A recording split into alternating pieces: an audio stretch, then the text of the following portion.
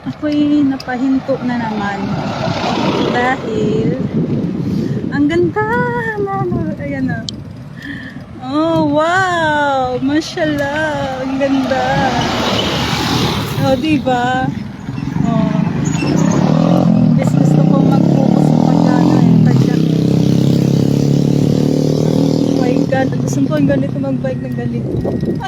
Unang live ko ito. Ang ingay ng audio. Bakit kaya?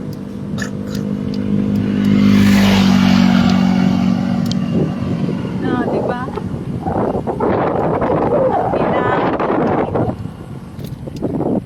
Bright light is on my eye. Ang ganda, oh.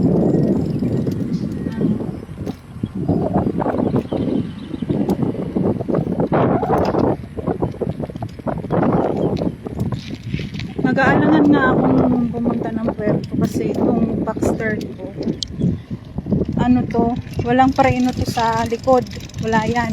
Kasi yung preno nito nilipat ko dun sa drinks ko. Ito lang ang preno nito sa harap. Pero kaya naman kontrolin, pero dahil nga paglusong nakakatakot. Pero nakaya ko naman ng dandahan lang. Dandaan lang yung preno ko sa likod.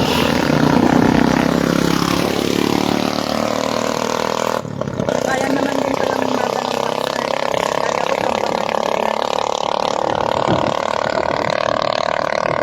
ito yung unang mabilang bike ko kasi hindi na pwede pa sa akin ang galing. Ayun na, natuluyan na nakikita sa bike. Papamalingkin lang sa akin. Nakita ng bibi ko na masaya ako nagbabike. Ayun, dinagdagan ko niya ng road bike.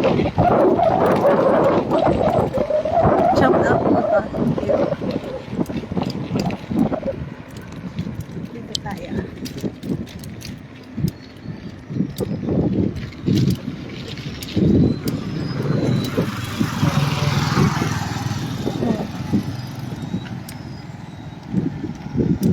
Rough road lang talaga.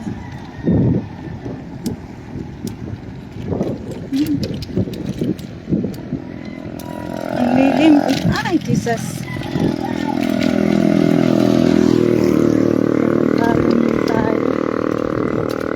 Nahabol ko kasi nagpapalipas ako ng oras sa 10 o'clock dahil ayun papapasok yung sahod ng baby ko na malingkin.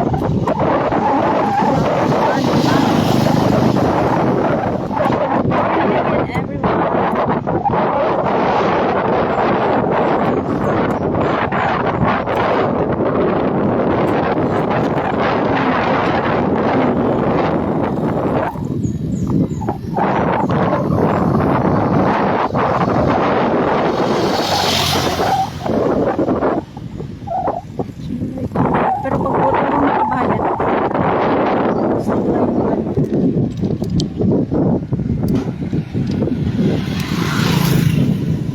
may peryahan din pala rito sa Kampukirin, no? Ano kayang barangay?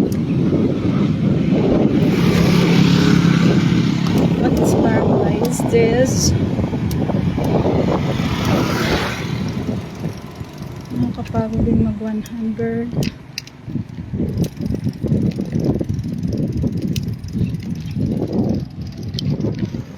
Okay, tapusin ko na ang live ko. Puro lubak eh, delikado mag 100.